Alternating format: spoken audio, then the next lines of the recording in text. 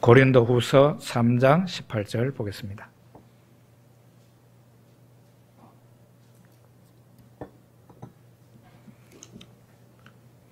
같이 읽어보겠습니다. 우리가 다 수건을 벗은 얼굴로 거울을 보는 것 같이 주의 영광을 보느매 그와 같은 형상으로 변화하여 영광에서 영광에 이르니 곧 주의 영으로 말미암음이니라. 아멘.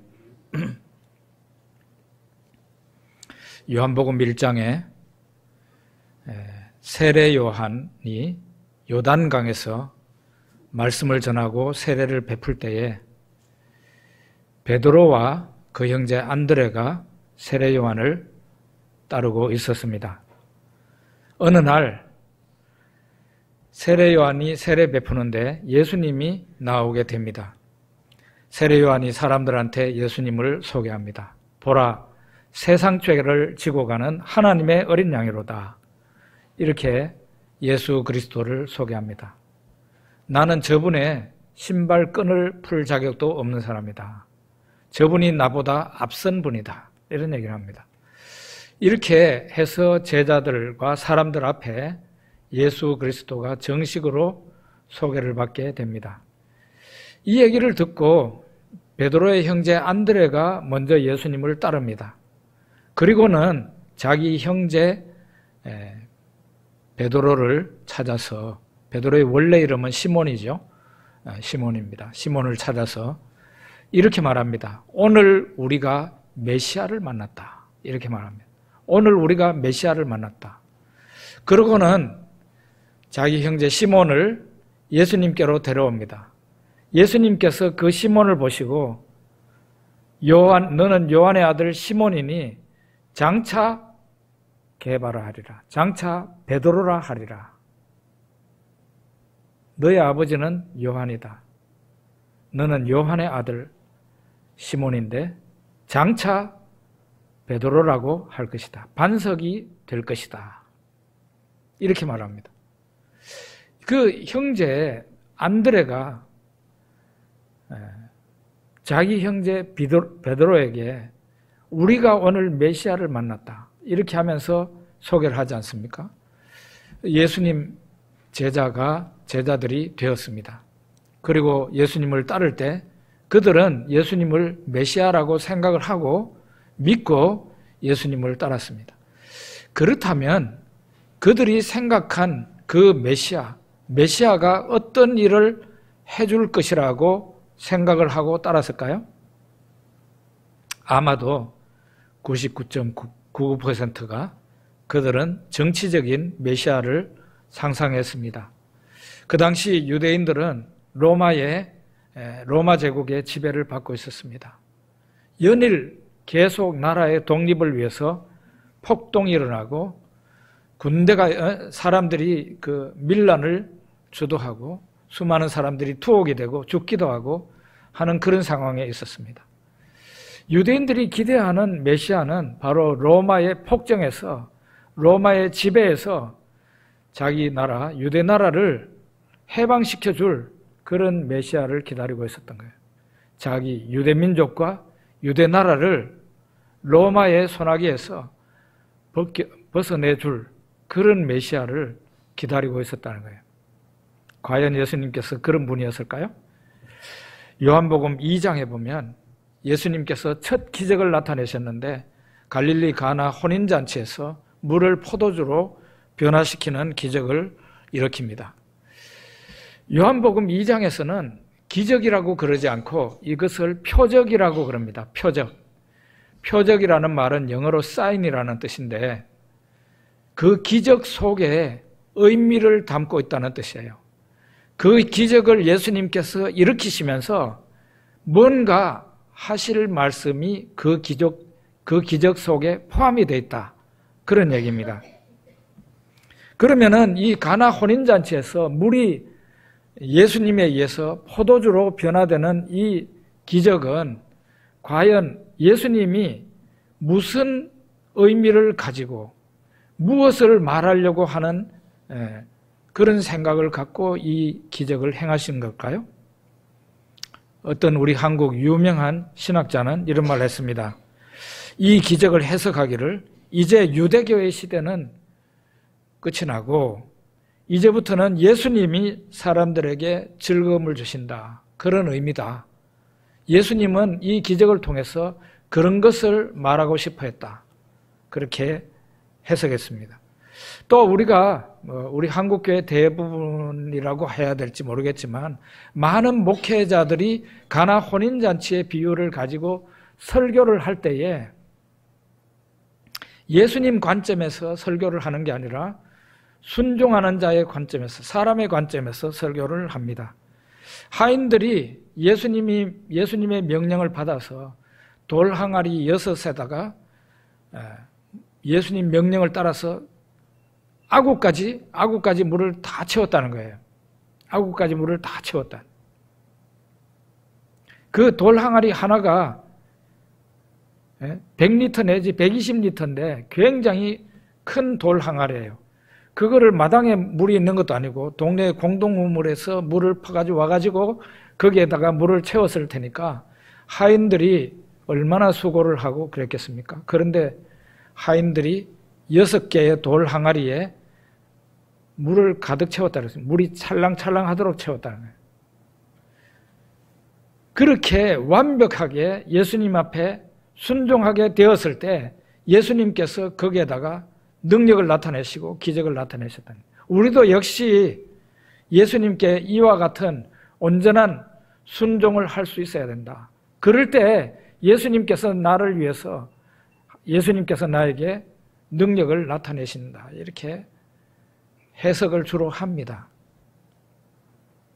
근데 저는 요즘 와서 특히 성경을 아주 단순하게 보기 시작했습니다. 성경이 복잡한 것을 많이 가르친다고 생각하지 않고요. 성경은 생각보다 심플하다. 저는 개인적으로 그렇게 생각하게 됐어요. 가나 혼인잔치에서 물을 포도주로 변화시킨 이 기적에서 예수님이 어떤 메시지를 가지고 이 기적을 일으키셨을까요? 나는 너희를 변화시키는 자로 세상에 왔노라. 그거예요. 만약에 이 부분을 놓치게 되면은 가나 혼인잔치의 이 기적은 우리가 의미를 잃어버리는 거예요. 나는 내가 물을 포도주로 변화시킨 것처럼 내가 너희들을 변화시키는 자로 이 세상에 임하였노라. 그것이 바로 예수님 메시지예요. 요한복음 3장에 보면 니고데모라는 사람이 밤중에 예수님을 찾아옵니다. 이 사람은 바리새인이고 율법 선생이었습니다. 그 당시에 바리새인들과 율법 선생들은 어떻게 신앙생활을 했는가 하면은 하나님의 율법을 열심히 지키면 하늘나라 들어간다. 사람이 하나님의 말씀을 잘 지킬 수 있고 잘 지키면 하늘나라 들어간다. 그것이 바로 바리새인 니고데모가 지금까지 가르치고 자기가 믿은 신앙이었어요. 그런데 예수님은 다른 말씀을 하십니다. 요한복음 3장 3절과 요한복음 3장 5절을 같이 한번 읽어보겠습니다. 예수께서 대답하여 이르시되 진실로 진실로 내게 이르노니 사람이 거듭나지 아니하면 하나님의 나라를 볼 수 없느니라.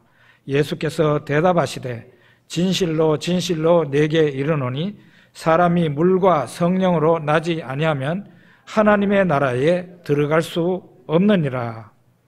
예수님이 말씀하신 요지는 이거예요. 사람이 율법을 잘 지킬 수도 없을 뿐만 아니라 율법을 지켜서 하늘나라 들어갈 수 없다는. 그러면 어떻게 해서 들어가는? 사람이 변화되어야 하늘나라 들어갈 수 있다. 변화는 하나님의 영, 성령이 하시는 일이다는 거예요. 사람이 거듭나야 하늘나라에 합당한 자가 될 수 있다는 거예요. 예수님은 마태복음 7장에서 좋은 나무가 좋은 열매를 맺고 나쁜 나무는 나쁜 열매를 맺는다 그랬어요. 좋은 나무가 나쁜 열매를 맺을 수 없고 못된 나무가 아름다운 열매를 맺을 수 없다 했어요. 사람이 변화되지 아니하면 하나님 앞에 아무 쓸모가 없다는 거예요. 나쁜 나무를 가지고 아무리 그 나무에다가 영양분을 주고 거름을 주고 가지치기를 해서 이쁘게 만들어도 그 나쁜 나무가 좋은 열매를 맺을 수는 없다는 거죠. 몽골 사람들은 겨울이 되면은 산으로 가서 사냥을 합니다. 특히 늑대 사냥을 합니다. 왜냐하면은 이 늑대가 먹을 것이 없으면은 이제 그 사람들이 키우는 양떼, 말 막 이런 거를 습격하거든. 그래서 양떼들이 많이 죽는 거예요. 그러니까 사람들이 몇 사람씩 어울러서 총을 메고 산으로 가서 늑대 사냥을 하는 거예요. 늑대 사냥을 하다가 아주 어린 새끼들을 굴에서 발견하게 되면은 반드시 그 새끼들을 자루에 넣어가지고 데리고 옵니다. 그런데 어린 새끼도 그냥 어린 새끼가 되면 안 되고 이미 눈을 떠서 밖으로 뻘뻘 걸어 나오고 이러는 새끼는 안 된다는 거예요. 눈을 뜨지 못한, 아직 엄마 아빠도 못 알아보는 그런 아기 늑대가 있으면은 반드시 그 늑대 새끼들을 자루에 넣어가지고 와가지고 집에 와가지고 키워요. 우유를 주고 살코기를 주고 이렇게 해가지고 키웁니다. 심지어는 양하고 같이 키웁니다. 그런데 이 늑대 새끼가 몇 개월이 지나게 되면은 새끼는 새끼지만 이 몸은 이미 어른의 몸을 가지게 되는 거예요. 그때부터 이 늑대가 야생성을 나타내기 시작해요.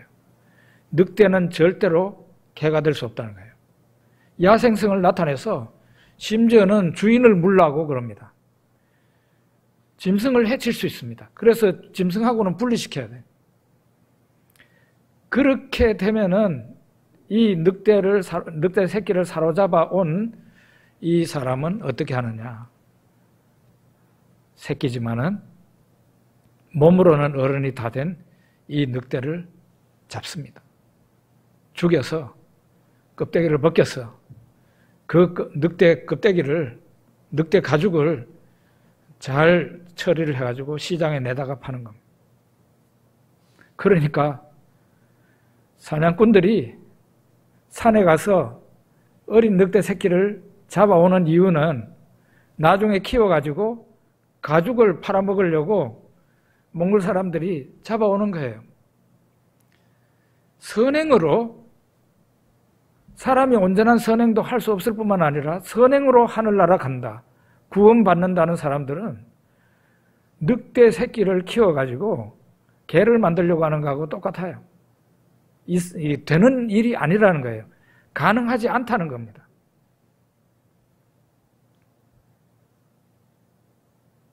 요한복음 3장에 예수님이 니고데모와 성령으로 거듭남에 대해서 말씀을 하시고 난 다음에 바로 요한복음 3장에 성령에 대해서 말하고 난 다음에 뭐가 이어지는지 아시죠? 예수님이 자신이 십자가에서 죽는다는 말씀을 하십니다. 요한복음 3장에 중요한 진리 두 개를 예수님이 말씀하시는데, 하나는 성령으로 거듭남에 대해서 말을 하고, 그 바로 뒤에 이어서 인자가 십자가에 달려 죽어야 된다. 사람들에게 영생을 주기 위해서 인자가 죽어야 된다. 그 말씀을 하시고 있는 거예요. 여러분, 이 두 가지는 굉장히 깊은 연관성을 가지고 있어요. 성령이 우리에게 오심과 예수 그리스도의 십자가는 깊은 연관성을 가지고 있어요. 구약 성경에 보면은 처음에는 아담과 하와가 죄짓기 전에는 하나님의 영이 사람들과 함께 있었어요. 그런데 아담과 하와가 죄를 지어서 죄인이 되고 난 후부터는 하나님의 영이 그들과 함께 하실 수 없어서 떠나셨어요. 우리에게 하나님의 영이 오시기 위해서는 먼저 우리가 죄를 속함받아서 죄가 없는 사람이 돼야 돼요. 그렇게 해야만이 하나님의 영이 우리에게 오실 수 있어요. 우리가 성령이 우리에게 오셔서 우리로 거듭나게 하시기 위해서는, 성령의 은혜를 받기 위해서는 먼저 우리의 죄가 속해져야 되니까 하나님의 아들이 이 세상에 오셔서 십자가에서 우리 죄를 다 짊어지고 십자가에서 죽으신 거예요. 이렇게 됨으로 말미암아 예수 그리스도를 믿는 우리의 죄가 1%도 남지 않고 다 용서가 되고 속죄가 된 거예요. 씻어진 거예요. 그러고 난 다음에 하나님의 영, 예수의 영, 성령이 사람들에게 오실 수 있게 된 거예요. 그래서 그 성령이 우리를 거듭나게 하시는 겁니다.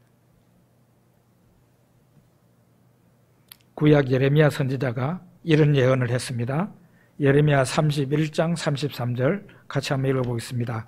그러나 그날 후에 다시 읽어봅니다. 그러나 그날 후에 내가 이스라엘 집과 맺을 언약은 이러하니 곧 내가 나의 법을 그들의 속에 두며 그들의 마음에 기록하여 나는 그들의 하나님이 되고 그들은 내 백성이 될 것이라. 여호와의 말씀이니라. 구약 신자나 신약 신자나 신앙생활이 비슷하거나 똑같았다고 생각하면 안 됩니다. 예수님 오시기 전에 하나님을 믿는 신자들은 어떤 방식으로 신앙생활을 했느냐? 의문에 쓴 율법을 읽으면서 신앙생활을 했다. 의문에 쓴 율법이라고 그랬어요. 그게 뭔가 하면은 기록된 하나님의 율법을 읽으면서 신앙생활을 했다. 이런 얘기예요. 구약 성도들에게, 구약 백성들에게 하나님이 뭐라고 그랬습니까? 너 이마에다가, 너 모자에다가 하나님의 말씀을 써서 붙여라. 너의 옷깃에다가 하나님의 말씀을 써서 붙여라.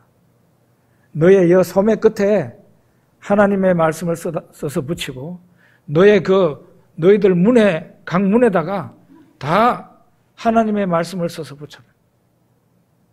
그래서 구약 신자들은 그 벽에 혹은 책으로 만들어진 그 성경 말씀을 읽으면서 신앙생활한 거예요. 그런 점은 참 비슷한 것 같죠? 구약시대의 신앙생활은 이런 거예요. 그런데 신약의 신앙생활은 여기 예레미야 31장 33절에 예레미야가 예언한 말씀이 뭔가 하면은 하나님의 말씀이 벽에 붙어 있는 게 아니라 하나님의 말씀이 사람의 이 마음속에 하나님의 말씀이 기록되어지고 그 마음속에 기록이 되어진 하나님의 율법, 하나님의 말씀을 가지고 신약시대 신자들은 살아간다는 거예요. 그게 틀린다는 거예요.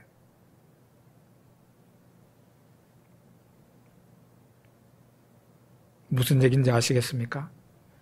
마음속에 하나님의 말씀을 새기기 위해서 하나님의 영, 예수의 영, 성령이 여러분과 제 안에 오셔서 우리 안에 들어오셔서 우리와 함께 사시고 우리를 거듭나게 하시고 하나님의 말씀을 깨닫게 하시고 죄를 책망하시고 우리의 가는 길을 인도하시는 거예요.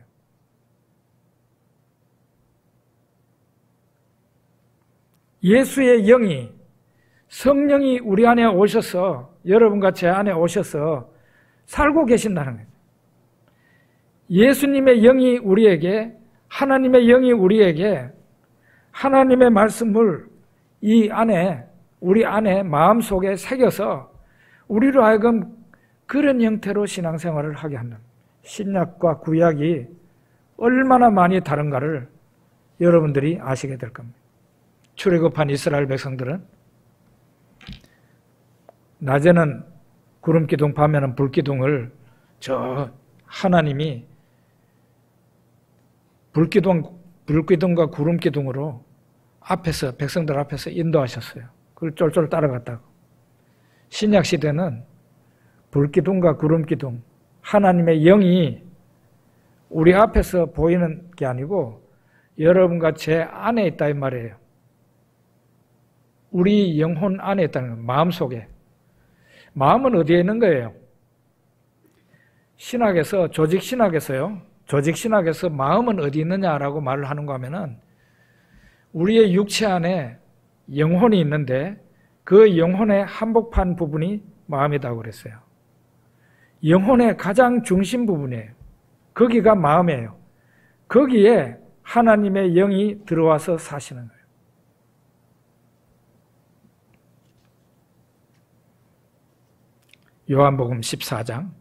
요한복음 16장 16절에서 20절 한번 보겠습니다.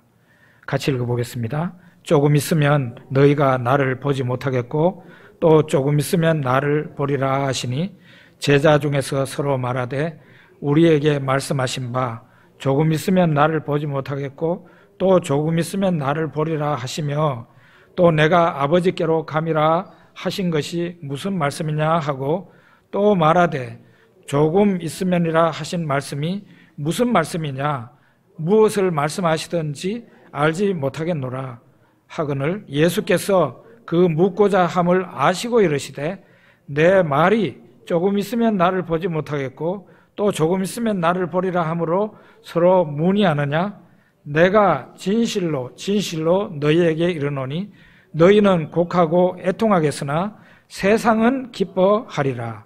너희는 근심하겠으나 너희 근심이 도리어 기쁨이 되리라. 제자들이 예수님 말씀에 혼란을 일으켰어요. 조금 있으면 너희들이 나를 보지 못할 것이다. 그래놓고는 이어가지고 또 조금 있으면 너희가 나를 볼 텐데 얼마나 기쁜지 해산한 여인이 기뻐하는 거 그거는 아무것도 아니라 기쁨에 충만 상태가 된다. 이게 도대체 뭐지? 조금 있으면은 너희가 나를 보지 못한다는 건 무엇이며 조금 있으면 너희가 나를 보리니 이건 또 뭐냐? 조금 있으면 너희가 나를 보지 못한다는 말씀은 예수님이 십자가에서 죽으시고 부활하시지만은 제자들을 떠나시게 된다는 거예요. 그래서 더 이상 제자들은 예수님을 육안으로 볼 수 없다는 거예요. 그걸 보지 못한다는 거죠. 그런데 또 조금 있으면 너희가 나를 보리니. 그건 또 뭐예요?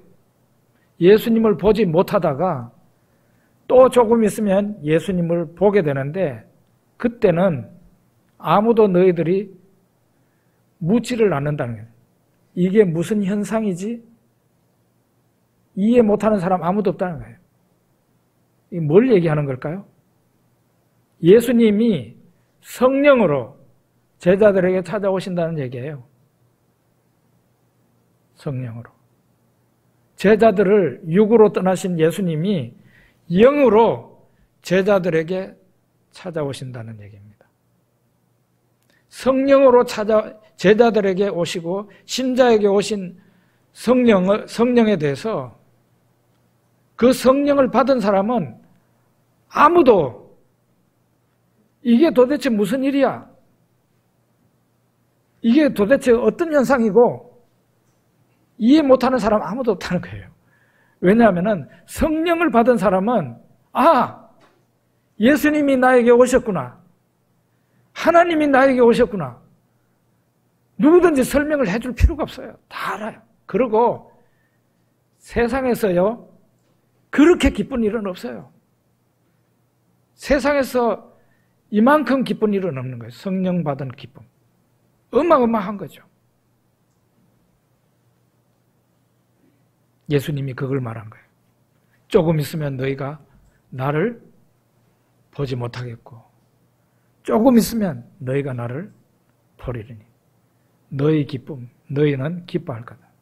마치 아이를 낳은 여인이 처음에는 낳을 때는 근심, 걱정, 고통이 있지만 아이를 낳고 난 뒤에는 세상의 모든 기쁨을 자기가 다 가진 것처럼 기뻐하는 것처럼 너희가 바로 그럴 거라고 얘기를 합니다.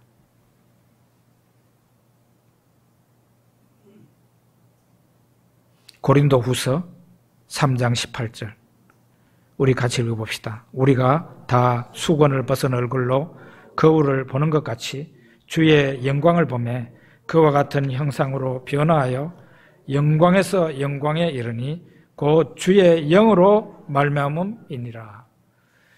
이거를 간단하게 정리를 해볼게요. 첫째로는 우리는 주의 영광을 직접 바라본다는 거예요. 얼굴에다가 수건을 덮어 쓰고 주를 바라보면 볼 수 있어요, 없어요? 못 보잖아요. 수건을 벗은 얼굴로 주를 바라보니까 직접 주를 바라보는 거예요. 신약 시대에 예수 그리스도를 믿는 사람들은 수건을 덮어 쓴 얼굴로 예수님을 바라보는 게 아니라 수건을 벗은 얼굴로 직접 예수님을 바라보는 거예요. 두 번째, 우리는 주의 영광의 모습으로 점차 변화되어 간다. 오늘 이 본문에는 영광으로 이렇게 말하고 있어요. 우리는 예수님의 영광스러운 모습으로 영광의 영광으로 변화된다는 거예요. 점차로 변화된다. 세 번째, 이것은 주의 영으로 되는 일이라 그랬어요. 주의 영으로 되는 일이라. 주의 영으로 말미암느니라. 주의 영, 성령으로 되는 일이라 이 말입니다.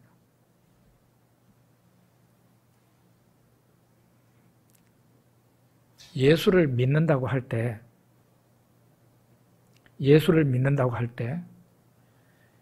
예수 믿는 우리에게 어떤 일이 일어납니까? 어떤 사람들은 예수를 믿으면 천국 갑니다 이러면은 비웃습니다. 소나 말이나 개도 다 천국 가겠네. 그렇게 쉬운 게 어디 있어? 그렇게 말합니다. 예수를 믿으면은 천국 갑니다 라고 말을 하면은 그렇게 반응을 해요. 개나 돼지도 다 천국 가겠네. 그런데 예수 믿으면 어떤 일이 일어나는지를 이 사람들이 모르기 때문이에요. 예수 믿는 사람에게 어떤 일이 일어납니까? 예수님께서 그 사람의 죄를 속하시게 돼요. 그리고 예수님이 영으로, 성령으로 그 예수 믿는 자 속에 임하시게 돼요. 오시게 돼요. 예수님의 영이 그 사람과 함께 사시고 그 사람을 거듭나게 하시고 그 사람을 말씀으로 가르치시고 죄를 책망하시고 그 사람의 삶을 인도하시는 거예요.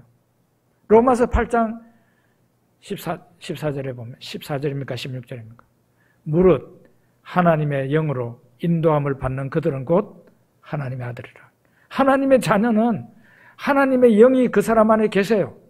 그리고 그 사람을 매일매일 인도하세요. 가르치고 하나님의 자녀처럼 살게 하십니다. 그래서 예수님의 인격을 닮아갑니다. 예수님의 생각을 닮아갑니다. 예수님의 말과 행동을 닮아가는 거예요. 그것이 바로 여기에서 뭐라 그런가 하면 영광에서 영광으로 그래서 작은 영광에서 큰 영광으로 나아간다는 거예요. 사람이 점점 예수님의 영광을 닮아간다는 얘기예요. 그게 바로 예수 믿는 사람에게 일어나는 일입니다.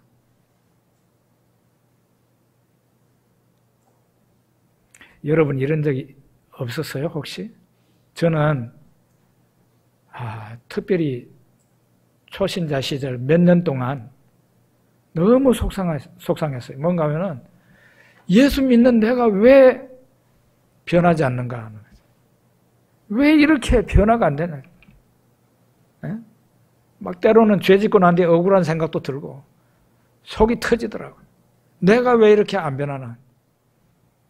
그런데 안 변했을까요? 열심히 변하고 있는 중이었어요. 여러분도 그렇고 아마 저도 그렇지 싶은데 내가 왜 이렇게 안 변하지 하는 거는 보통 신자들이 느끼는 그런 현상이에요. 일반적인 현상. 근데 왜 이렇게 내가 안 변하지라는 생각을 할까요? 시험을 쳤는데 한 80점 맞으면은 80점 맞았으면은 성적이 좋은 겁니까? 나쁜 겁니까? 예? 80점 맞았어. 성적이 좋은 거예요, 나쁜 거예요? 100점의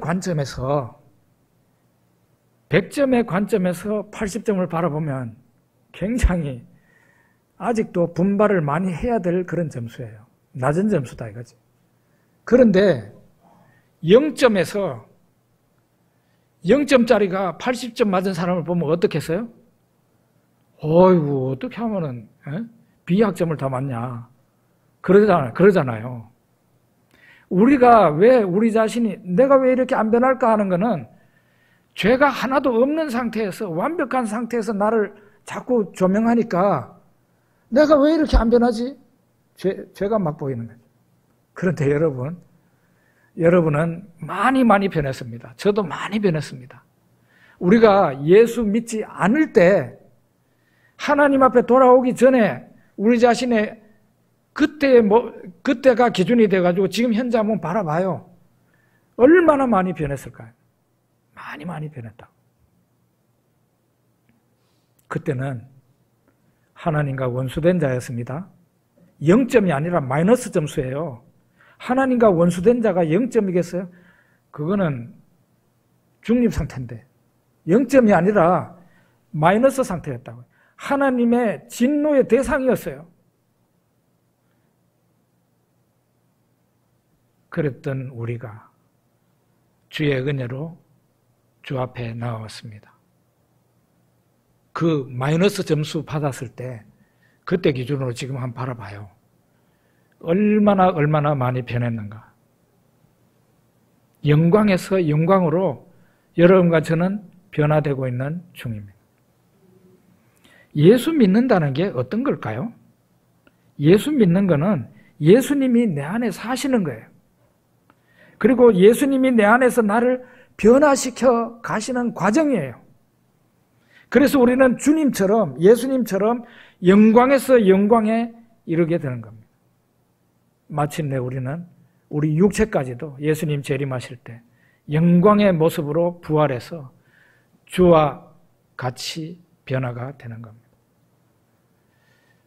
여러분이나 제가 신앙생활을 하면서 이런 부분에 대해서 용기를 얻고 믿음을 갖고 믿음으로 승리할 수 있으면 좋겠습니다. 기도하겠습니다.